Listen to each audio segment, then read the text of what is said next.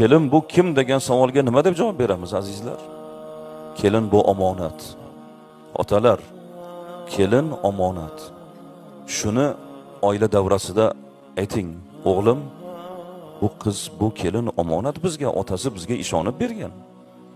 Ular ham so'ragan, surishtirgan, ishonganki bergan bizga bolam. Qattiq gapirmagan kelinga. Onasi, bu kelin bizga omonat deng.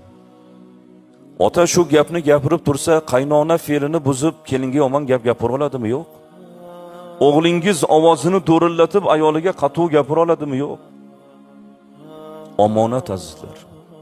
Birovni farzandi ostonamizga kelyaptimi? Ona qizim sizga ming rahmat deylar. Otalar, iltimos shu gapni gapiringlar.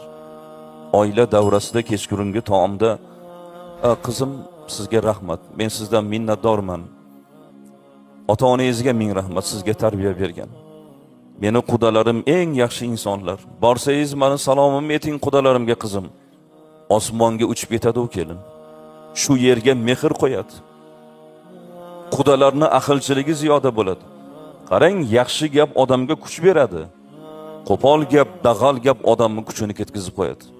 Shuning uchun otalar, mana shu yerda o'tirgan otalar, siz oilada sog'lom muhitni yaratadigan siz bo'lasiz. Axir ona-ku, axir 20 yosh bo'lsa ham u ona-ku. Beshik tebratyapti-yu. Biz jumla ayol zotiga ona darajadagi hurmatni taqdim etishimiz kerak bo'ladi.